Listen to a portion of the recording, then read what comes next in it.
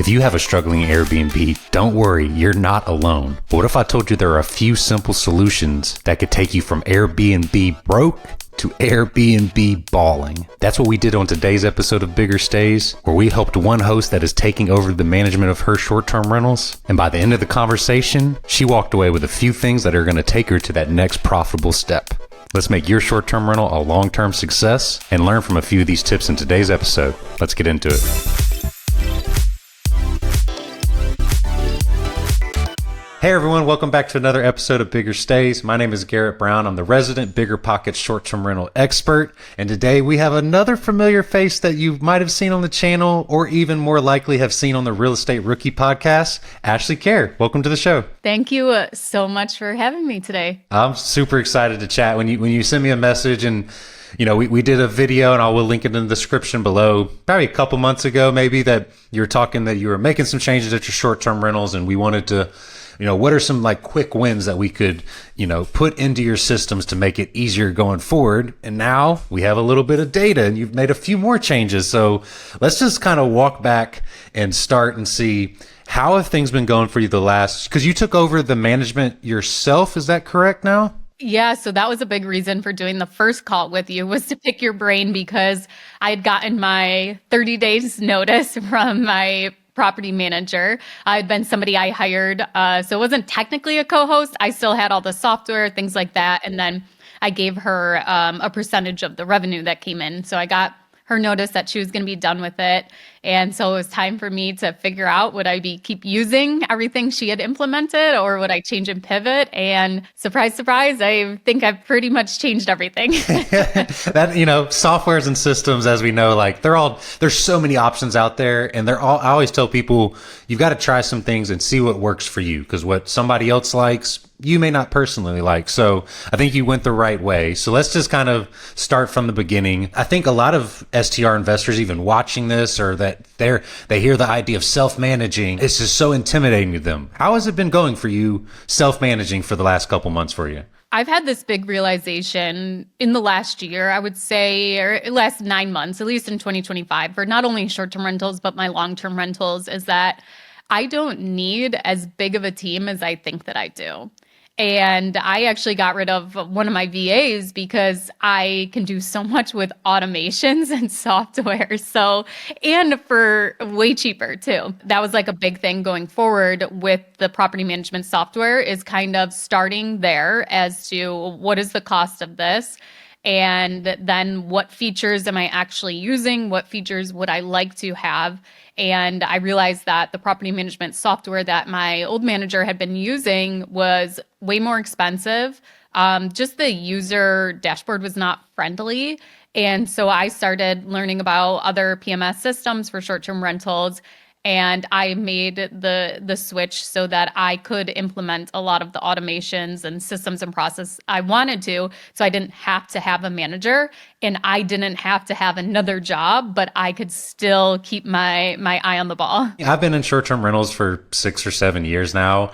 And just in the past few years, it's amazing how much further the software has advanced now, to where you can automate 80 to 90% of the guest interactions that happen, maybe even a little more as it goes. What property management software did you switch to? Yeah, so I switched to Hospitable. I looked at probably 3 or 4 different ones, and then I kind of narrowed it down to 2. I did demos with them, and I went with Hospitable. I am so glad that I did. I don't have one complaint yet. I actually got to meet a couple of the people at BPCon. They had a vendor booth there, and I went up and I was like, "Hi, I just switched 5 days ago to your software. I'm loving it." I was fangirling over them. But one thing they offered me was to do a call with them to learn more about the features, which was so beneficial. And they went through and showed me even more things. So I just did that the other day. So there's a couple more things I'm going to be implementing. I have never done direct booking. And this is something you and I had talked about on the first call. And in the software I was using, I had to have a Stripe account. I had to get my own insurance. I had to have all of these different things, and just setting up the actual direct website was not an easy or simple process. When I did this call with Hospitable, she actually did it for me because it was so easy. And it took like, I don't know, 10 minutes of our hour-long call to actually set up both of my properties. So all I have to do is flip the switch and they'll be live on a direct booking website. One thing I've learned is like really taking the time to understand the features and what the pros and cons are of each property management software, because I just relied on my property manager to say like, this is going to be the best one, get this one. And I didn't do any research myself, but also maybe that worked really well for her, but it didn't work well for me, I guess. That is one thing I really want people to know when you hit on a few points I want to touch on real quick, but switching property management softwares, the further you get down it becomes harder and harder. And so I advise every single person to do as many demos or trials or whatever you can of all the PMSs out there, because like Ashley said, what may be good for somebody else may not work for like another person. I think Hospitable is one of the best softwares out there. I personally use Logify because I just liked when I was doing some demos, there were some things I liked about it. But I know a ton of people that use Hospitable because they like the user interface or features that they have too. So the main thing I just want people to do is it takes a little more time up front, but be patient and really do your due diligence and, trust yourself of like what type of property management software you really like. I just like prefacing that because people will just see one and they'll just go with it and then start. And then after a month or two, they're like, I really don't like it, but like I don't want to change now. And it's like the time when you're finding that property management software is the most crucial point for you to see what you personally like. So with the direct booking thing, how are you feeling about that? Because everybody gets nervous with, like, how am I going to get bookings to come in? How am I going to be protected? And you hit on a couple pieces of that Hospitable does really well on the direct booking side. But what are some of your goals with getting more direct bookings? Do you plan on trying to do some SEO work to try to get it higher in Google? Or what are you kind of thinking down the line? Because it starts slow. So I want people to realize how slow it does start when you do the direct booking side. I probably won't do this for a while because I want to like implement it and do it really good, but I would love to create like a brand. There's this hotel, it's called the Lake House, and it's on Lake Canandaigua in the Finger Lakes of New York.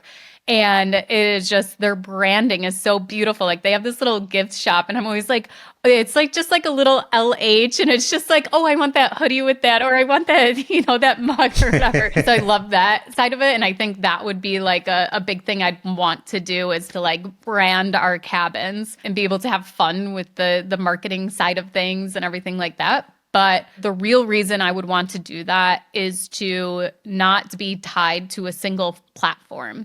So if VRBO, Airbnb, they change their regulations, it just gives me a third option.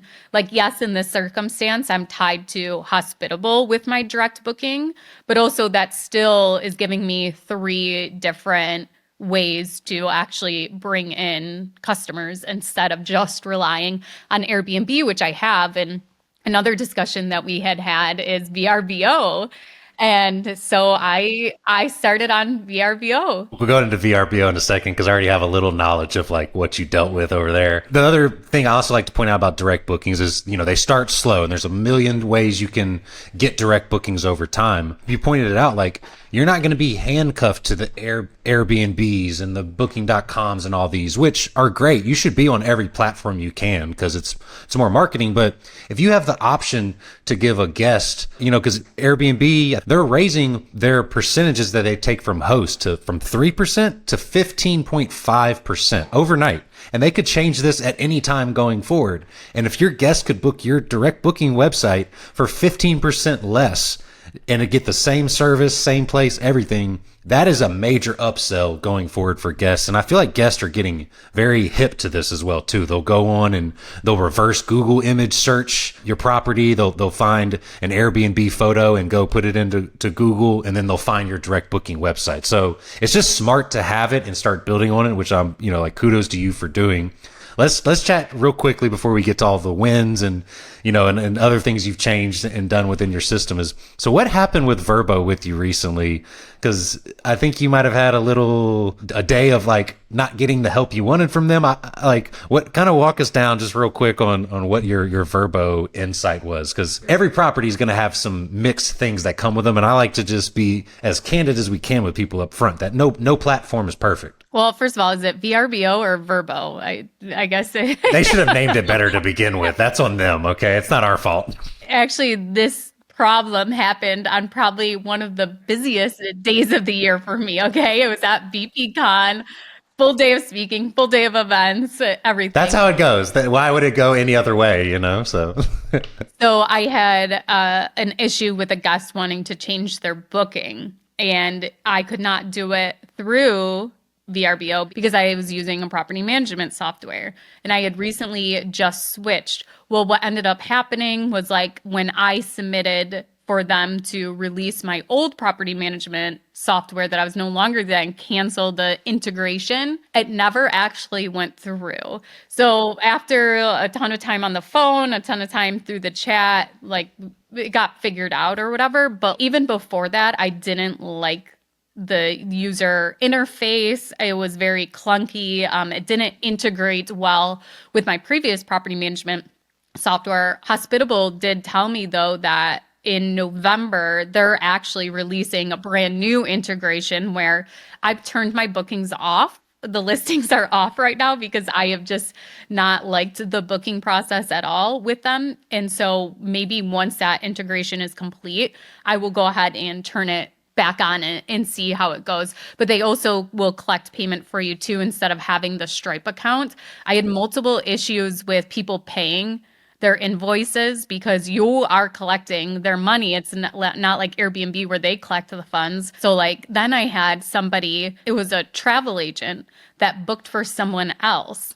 And so all of the communication, everything went through the travel agent because they booked under their name, but you can't change the email for someone else's name and stuff. So that was like they booked like 2 months in advance. They just stayed and it was like constantly another question, another question. And like I get it, you're hiring a travel agent, you want to like get all the benefit, but it was just like then it's coming to me and the agent was the middleman. So I didn't like that process at all. I liked Airbnb because it's people directly booking themselves and you're not doing that back and forth that having the middleman of the travel agent. And then it was like the person didn't pay the invoice, so and then the travel agent's getting upset with me because they're not getting confirmation. And then, I have to go into the Stripe account, see their credit card was denied. And that's the reason, send that to them. And so I just haven't had an easy process with it. So I think we'll see how this new integration goes. And maybe then I'll turn it back on. I wanted to highlight that because I like to, be as transparent with people out there as possible. Like even before me and you got on a call, for a while I was big booking.com advocate, but right before we got on the call, I saw a booking come in that I knew was already booked. And so I had a double booking, which I have to handle once we get off this call. But I've had the same experience. And I know my friend Mark Simpson from Boostly is probably salivating as we're talking about this. And he's screaming, this is why you have to book direct. This is why you have to book direct. Because you just have so much more control over it. It's, all these platforms are great to be on. I am on more platforms probably than I should be. But each of them are going to have their own issues. Airbnb, actually, as much as people talk bad about it, has the least issues out of all of them, which they all are going to have it. But I just want people to hear these stories and know that they're not alone when they deal with, this company isn't getting back to me. Oh, I got double booked here. Like it is a short-term rental wide problem that is kind of getting fixed, but figure out the solution and don't like beat yourself up if, things are going wrong. A lot of these platforms are still trying to keep up with everything that is, the new demand that's coming too. So I wanted to hear your highlight of that just so people can breathe a little easier when they have an issue going on. And again, this is why direct bookings are so critical because these type of issues you won't have. You can solve them very, very quickly when you control the bookings. So you've taken over the management. You implemented maybe a few of the things we talked about last time. How have those changes helped you? And what have been some big wins for you since you've taken over, or some things that you've seen have been like, this was something that I changed and I can immediately see a benefit from it possibly? First of all, AI guest messaging. I am not great at customer service. Even if I try my best, the AI can respond way better way nicer and also give more information than I would even think to give. So I just started that a couple of weeks ago when I switched to Hospitable. I started out with HostBuddy AI, and I've been trying that out. When I did the call with Hospitable, they said that theirs is very comparable and I should try theirs, which is already integrated. So I'm going to try that out. But I just am in shock. Like I've interacted with AI chatbots before, and I just can't believe I am shocked. Like in HostBuddy, they have where you can test it. So you feed it all the information and then you test it and ask it questions. And I was just like, I kept going because I was trying to like stump it and to, like hear something. But to give an example, the other day we had a guest message and say that they were coming. They were coming the next day, and they just read through the listing completely and found out that like you can't block the driveway because there's another house on the property that we own that has a long-term tenant.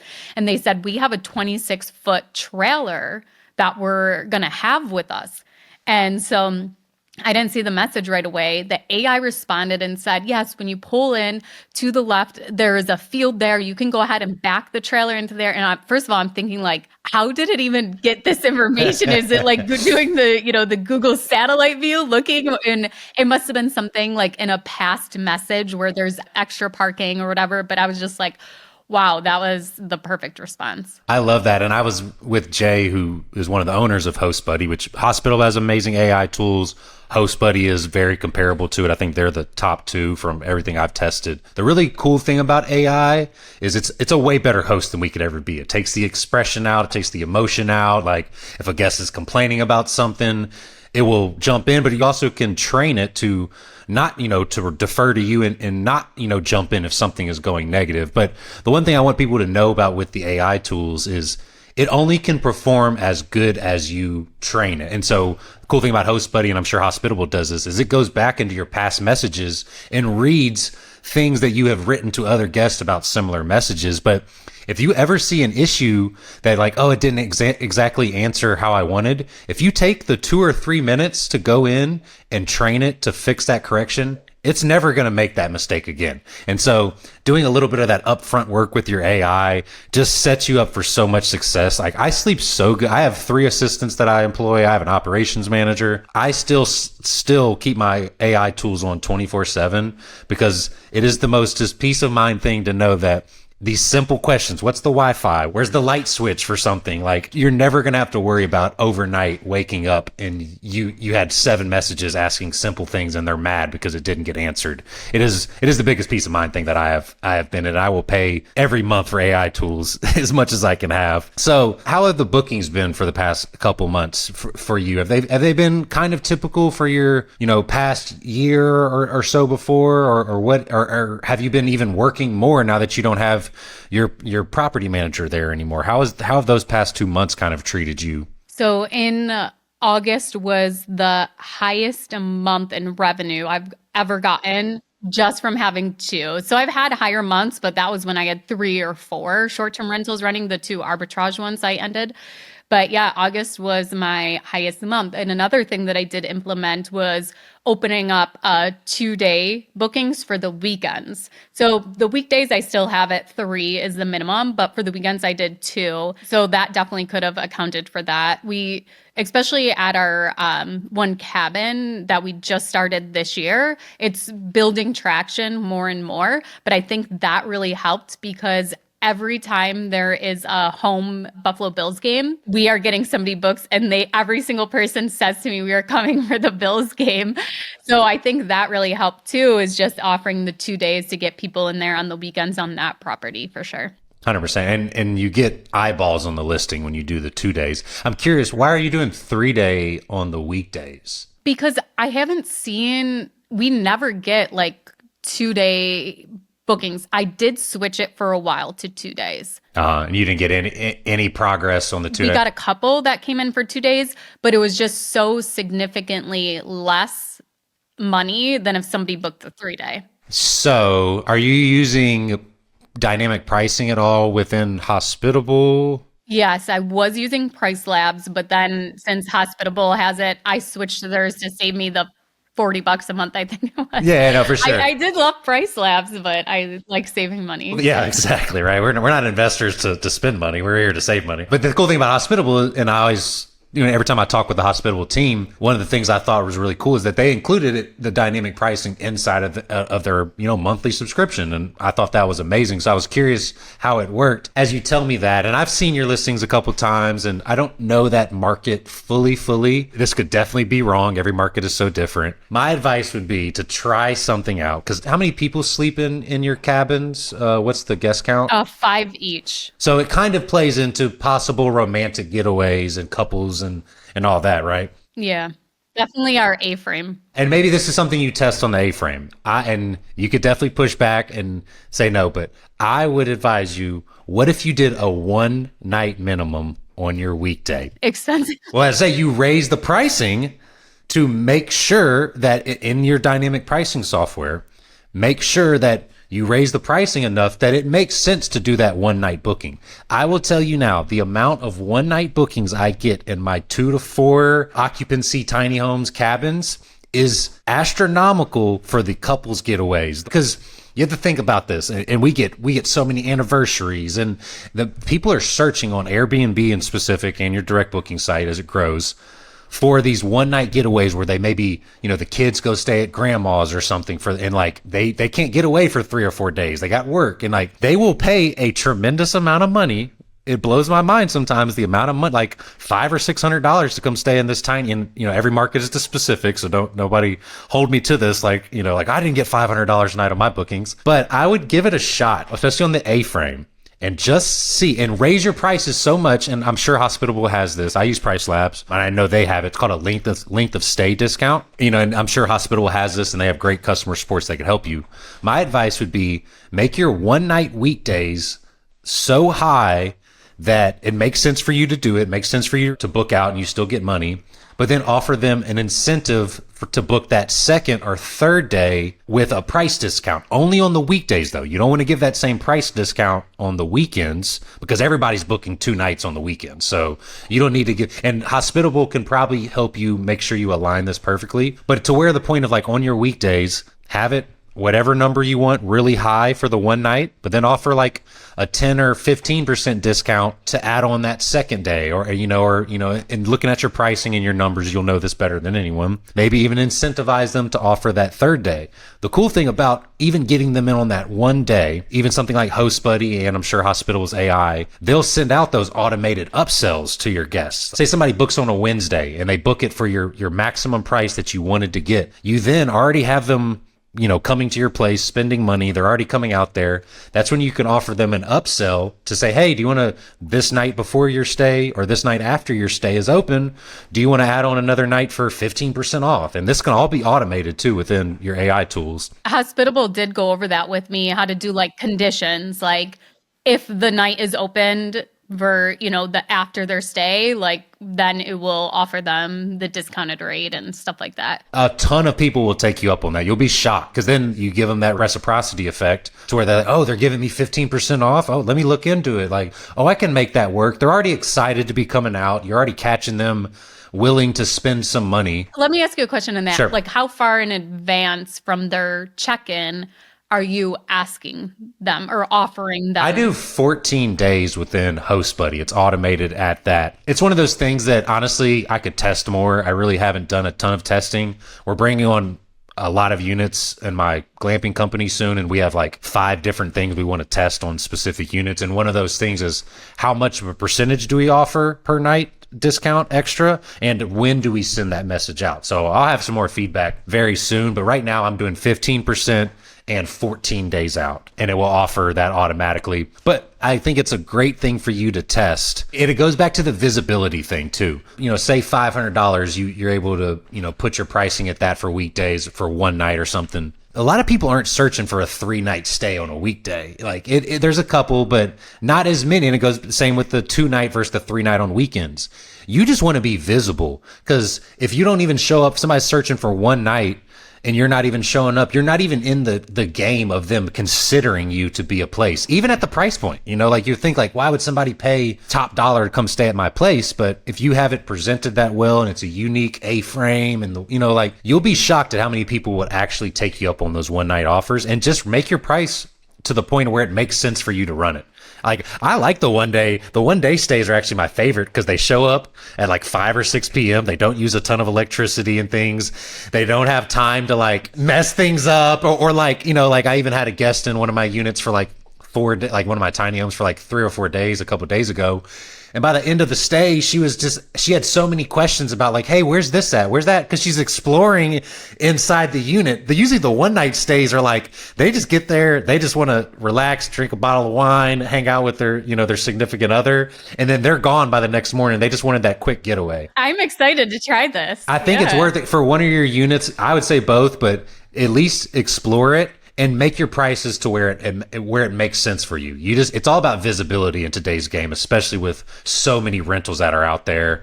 So I think that's a good one. And you have so many software automations integrated with you that you can make it work exactly how you want it to. Yeah, and it's not like it's any more work for me. It's going to be less work, I promise you, actually. So have you had any, so now you're taking on the management yourself, and that's, that intimidates a lot of people, which I am a huge advocate of self-management, because not only, I don't know what you're paying your property management person before, but my guess is that you got your highest revenue in August for, the cabins, and probably most property managers charge about 20%. You automatically netted 20% more just from having to do some more work. But the balance to that is you had to probably handle some things. Was there any major things that happened that, besides the Verbo issue, which is its own, software beast, was there anything a guest did or anything that you were like, oh man, this is just so hard? Or did it seem relatively simple with setting up, some of your guidelines and all the resources that you have? I don't mean to burst the hype, but I only paid her 5%. Oh, so wow. I had paid her $1,000 to onboard my properties into property management, learn everything. She had never co-hosted or done any short-term rental ever before. It was trial for her too, yeah. Yeah, and she wanted experience, and so we worked out that deal. She got the $1,000 to get it all set up, and then it was 5% going forward. And then she ended up getting a job with like a really big co-hosting company. So then that's kind of why she decided to leave, because so she could focus more on that and their stuff. Plus, like, I'm not the best communicator and I'm not the best owner as far as like if she would need something or whatever, like I'm not responding right away or I'm not making a decision that's, making it worse for her. So I think just cutting out the middleman was actually beneficial for me. And even though 5% wasn't a ton of money, like now how I've reduced my fees by $300 a month. I was able to cut out like Remote Lock and all this other software too. And the Hospitable was cheaper than my other one. So I saved $300 a month. Plus on average, she was making like, I would say on average $200 to $250. But when we had 4 going at a time, she was making up to like $500 a month. So yeah, we're saving that right there. I would say that I am doing less work. That's wild. Or the same, just because I'd have to answer questions or like there was some limitations. I mean, we were only paying her 5%. So like she wasn't going to the properties or anything like that. And, if something did come up, we would have to go still. And, maintenance, we still found like a maintenance person to go out and fix things and everything like that. So it wasn't full on, complete hands off. So I'm actually really enjoying learning all of the things that you can do to put these systems and processes in place without having to hire more people. I know that I'm like a bad leader. Like even with my cleaner, she'd be like, I'm so sorry to like bother you. I'm like, nag me as much as you want. It is my fault. I did not respond to you yesterday about this question or whatever. So nice. Well, yeah, I will say it worked out for the property manager because sometimes they need to get some experience into things. But yeah, 5% is a screaming deal. But it also kind of sounds like, honestly, correct me if I'm wrong or anything, but like it sounds like she was pretty much just handling simple guest messages. The communication and coordinating the cleaner were really like the two big tasks. And Yeah. both of those can be automated. Do you use any cleaner automation now? Have you? Yeah, so I started using Turno. It was provided for with Hostfully. When I used that, it was like a free add-on. So I started using that right away. And then Hospitable is actually coming out with more features too on their cleaner side. So I use Turno right now to like pay my cleaner too. So I'm sticking with that right now until Hospitable releases some of their new features for cleaners too. I love Turno. It is definitely one of my favorite.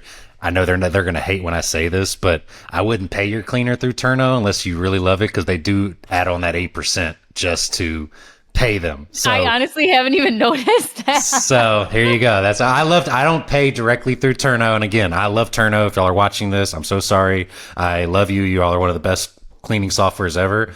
But 8% is a good bit when you add it on. Because when you start looking in the weeds of everything, especially as you're growing your portfolio, like these little percentages start adding up a lot. Yeah, we haven't gone through a full month yet, so I haven't even looked at like the monthly bookkeeping for the month of it, but I would have been shocked by that. Yeah, so they add on an 8% to you. So just keep that in mind. I used to pay a couple of my cleaners through Turno, and it was so awesome to just like get your pictures in, hit it, there's your payment, like all good. There is definitely a value to it. So how are you coordinating those payments now? So now I only pay on Sunday. I have two different operations. I have 1099 cleaners, and I've also been blessed enough to now we have an in-house W-2 team in one of my main sites. So that's my direct deposit with my bookkeeper. But the other ones, I have told them that you send me an invoice on Saturdays. I have my assistant double check it. And then on Sundays, I pay out for the week. A lot of cleaners have some flexibility. I've had cleaners before. They're like, oh, I have to get paid that day, which it is what it is. It's not a good precedent to set.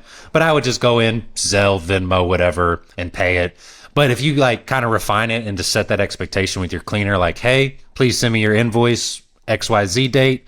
I will pay you this date every week. That's the way, just to simplify it on all sides. And then, like double check some things. And then that 8%, I think we spend like $10,000 a month on cleaning. 8%'s a lot when you like look at it that way, So yeah, we've made some few changes. I don't even want to tell you what my cleaning bill is. It's cleaning is definitely maybe big. it is. I'll have to look exactly what it is. Maybe it is worth that little percentage just for not having the extra step to do. Because I used to, with my old manager, I would pay her and our old cleaner through Gusto, which when I had a big property management company, I always used Gusto to pay 1099 and for the employees on it. I would just do every month. So actually the manager would go in as an admin into Gusto, and she would submit her invoice and then also the cleaner's invoice for all the cleanings for the month. And then it would get paid out to them. There was fees too. Like I think it was cost me like $45 a month or whatever to use it. For sure. If you're able to spend more time doing other activities that will make you more money, then that 8% is nothing in the end for you, because there's other ways you can make it up. But I just I like to point that out to people that don't realize that, because I was the same. I started paying, and my cleaner was like, hey, they're holding my money for a few days, which, that just happens with payment processing. But then I started to look at it, I was like, damn, they're charging me 8% just to send the payment, and I'm sending a ton each week. So that was a correction I made on my end. But is there any issues or questions that you are like curious about as you've started to like really starting to manage it yourself, that, like you wanted to explore, that you're concerned about with going forward, or maybe that you've heard throughout the community that they might want to talk about, that, maybe that we could discuss and see how we could help solve it? I actually had a whole list of questions for you for myself personally, but then I made the mistake of putting it out on my Instagram for all the rookies to say if you guys have questions. So I'm just kidding, but I'm so thankful they submitted questions. So I'm going to put my questions onto the back burner, and maybe I'll email you the list of them. But I do have a bunch of rookies that have some questions for you. Awesome. Let's dive in. I hope I can answer them properly. So this first one, he actually had to send me a DM because it was too long to fit into the little question box. But so a little backstory is he's about to buy an Amish property in the Adirondacks. So for anyone not clear, most Amish don't use electricity. Some don't have like indoor plumbing, things like that. So the house would need electric, water, and sewer. Installing the utilities would be very expensive, things like that. They'd also need to run power to the property. He said about like 2,000 feet from the road. So he's considering keeping it an off-grid property. So his question is, do you think an off-grid short-term rental like this could be successful in today's market? And what strategies would you recommend to attract the right guest and set expectations for a property without full utilities? So I'm going to give a very uninformed answer because I don't know the property. I know the area pretty well because I know it's definitely one of the better short-term rental markets in the northeastern area. I personally hate off-grid properties because it is so much more work. There's a million things that will go wrong. Solar is difficult. Incinerating toilets are difficult. It is just way tougher. The only way, and I don't want to like shoot his dreams down, but I'm just being blatantly honest as somebody that has had a ton of glamping sites, off-grid, on-grid, everything in between. The off-grid ones are like so much more difficult to maintain. They cost way more than you even think. Cleaners hate cleaning incinerating toilets and all these things like that. Unless the property is just super unique, like very high up, like with an amazing view and all these things, you're probably going to struggle to get the amount of bookings or the type. Because the other thing is guests don't want to book that. Like they're willing to pay more to have the in-unit toilet that they just hit flush on. They're willing to pay more to have electricity on demand, because it's one of those things like, how are they going to heat the unit on off-grid? Like, well, what are you putting, a wood fire stove in there?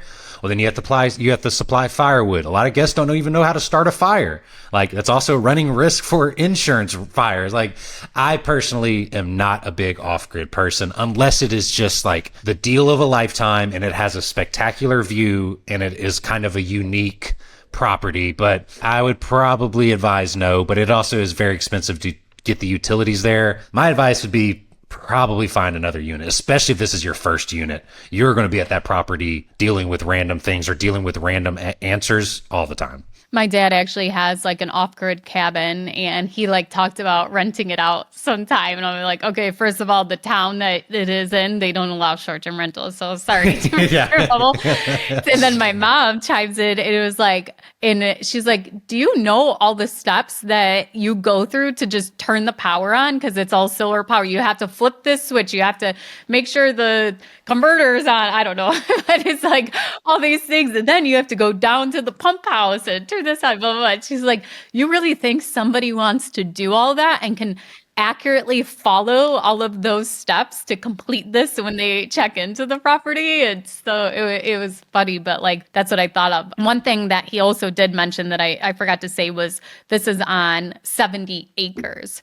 So maybe if there was, to put in all that infrastructure, if you could add other cabins onto the property, maybe that would, that's when it would make sense for sure. If you're really going big or go home on that, I would fully think of it as like, I need to develop this into a micro resort and you're going to need utilities. I have some solar string lights at some of my properties and the amount of guest questions I get just over these solar string lights would blow your mind, and they can't work them. So, and then you also have to rely on that the sun was out that day. So again, I think it's a personal hard pass. So I hate to burst his bubble, but you definitely could make it work if you really, really want to, but I would advise not. Okay, so I've got a couple more questions here. Let's see. Initial SOPs of applying for a short-term rental license.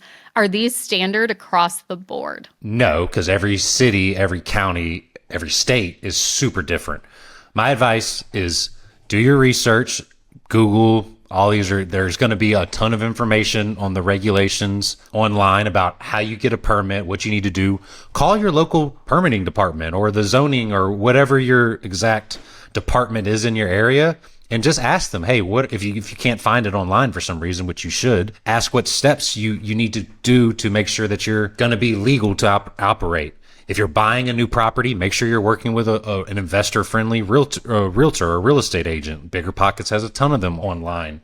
They're going to know some of these codes and guidances that you need. And the other last step I would take is go into the local Facebook groups. Like if you're in Texas and Houston, we have one like Houston Airbnb Mastermind or something like that. Like there's a lot of very knowledgeable people that rent out on short-term rentals in these Facebook groups, and you can get some pretty good insight there. But I would walk all those paths, because that's the one thing I wouldn't want to play around with is your local city ordinances, because you can get some fines and shut down pretty quickly if you don't really know what you're getting into. The next one is, what's your best advice for scaling quicker and finding a capital partner? It depends on your goal. I actually just did a podcast this morning with Heather Blankenship, which some people may know is massive RV park, campgrounds, all these things she's built. And we both kind of geeked out over the commercial real estate side. So I think to get a capital partner, I'll touch into that first. It's going to be harder finding a capital partner for just one or two short-term rentals or one here and there, because it's a lot harder to find deals right now than it was before. You got to get really creative, and there's definitely still a lot out there, but you're probably going to have to get your hands dirty and do some renovation. You're not going to be able to buy anything turnkey that's going to make money. That's going to be insanely rare right now. So if you're going in looking for just one or two short-term rentals, you're probably going to have to find a screaming deal, driving for dollars, look online. And that's probably the best way you'll be able to find something where a capital partner actually could make sense for you, to where you could show them numbers that work. The option I was really getting to is, if you really want to scale, you're going to have to lean into the economies of scale, because it's way easier to get money for commercial properties, or at least people interested in investing in them. And it's also easier to build the in-house teams. I mentioned it earlier about, I now have one of my locations is W2 in-house cleaners. I'm about to save, I don't even want to throw a number out there fully, but I think we're going to save about $100,000 in cleaning fees as we open up these new sites by bringing in W2 in-house cleaners. But that is because there's 12 units on one property. And so that is using the economies of scale. I couldn't do that when you have one short-term rental on the top of the lake. You have another one, 3 markets, 100 miles over. You have 2 in the Smoky Mountains. You have one in, Las Vegas or wherever. Like, you really need to focus and try to get within like a certain market in a certain area and expand the best you can there, because everything becomes cheaper. And then when you talk about direct bookings and all that too, like the more you scale your direct bookings, the marketing spend that you'll spend each month will spread out to other properties. And so you just need to kind of focus on getting the amount of units that you know are going to be profitable, and then sticking to your guns and knowing that, you might set up some systems that don't make you a ton of money at first.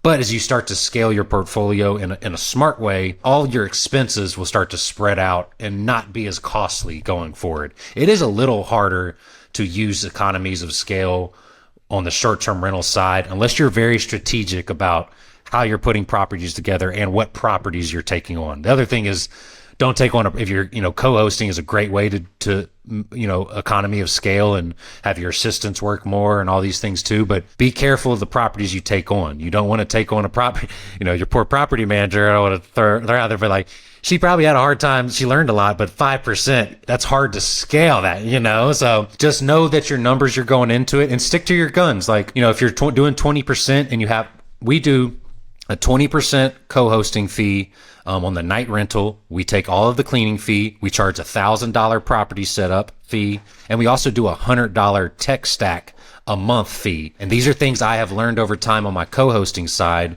that I know work, because I know all the expenses. But there's property owners that are like, hey, can you do it for 10%? And it's like, no, because this is not profitable. It's like a long-term rental, which is way easier. So just stick to your guns, and you'll need some experience, and you'll, trial and error will happen here, but stick to your guns and don't let people talk you down on your numbers. And just, not all money is going to be good money in this. You can say no just as easily as you can say yes to a property. Okay, so I got 2 more quick questions for you. This one is buying non-warrantable condos a bad idea? Yes. I know there's some other people that would disagree, but I personally, unless it's a condo full of non-warrantable as a realtor, like when my realtor brain kicks on, like, oh, that's a lot of red flags for a lot of reasons. Because like good luck. How are you going to finance it? There, a lot of, lenders are not going to want to lend on that probably. Insurance isn't going to probably want to help you out there possibly. And also, like, what are the books at for this condo? Like, are they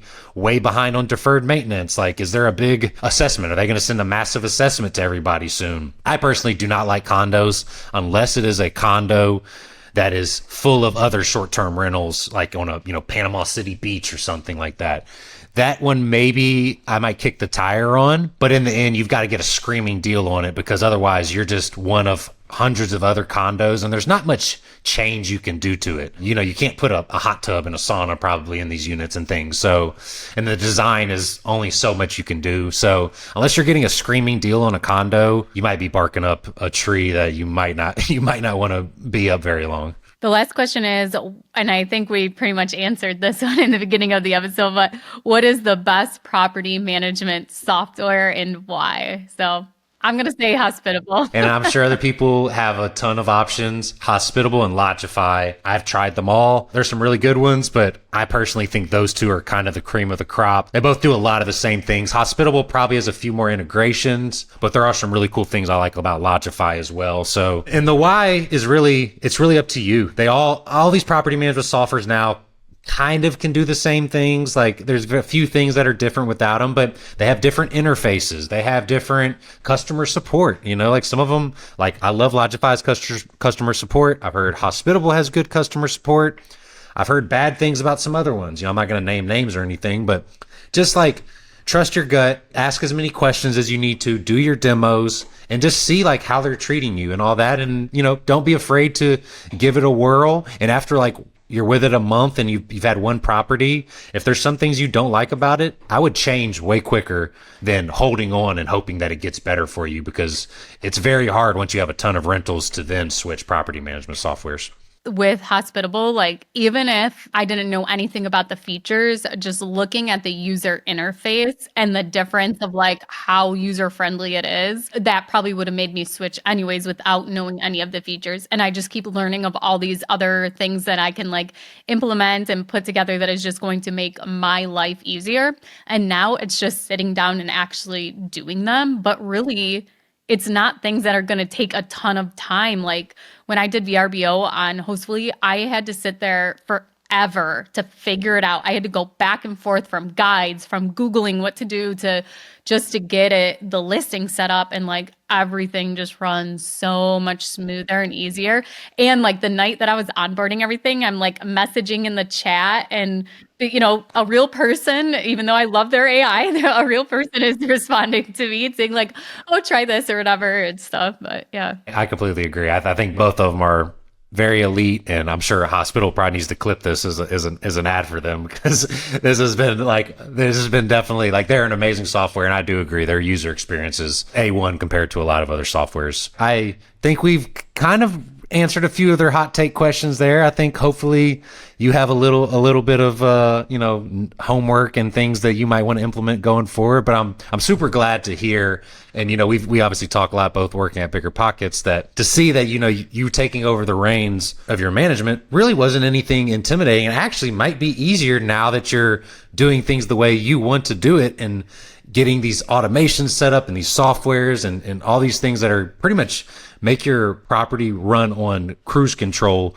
besides the one or two times a month that you have like, okay, I have to step in and help with this issue. And in the end, we're in the short-term rental business. We don't dwell on the problems. We just figure out the solution and go to the next one, because there's always going to be another problem popping up in real estate investing, as we've all seen too. So I appreciate you for joining again, as always, Ashley. We'll have to do another follow-up in a few months or something too, and keep this progress tracking, and let everybody know the changes you're making and how it's working out for your rentals out there. If people do want to follow your journey on Instagram, how can they follow you there and connect with you more? Yeah, so you can find me at Wealth from Rentals pretty much on any social media, YouTube, TikTok, Instagram. But Garrett, thank you so much for having me. I love picking your brain and being able to make my business more successful along the way. I'm happy anytime to chop shop about short-term rentals. And do catch Ashley and Tony Robinson on the Real Estate Rookie podcast. It is one of the best out there. They cover so many topics and they're a wealth of knowledge too. We'll put all this in the description for anybody that wants to check out more resources. And if you made it this far in the video, please hit subscribe and let us know in the comments what type of content you want to see from us. So that way we know exactly how to cater to you as an audience. I'll see y'all in the next one.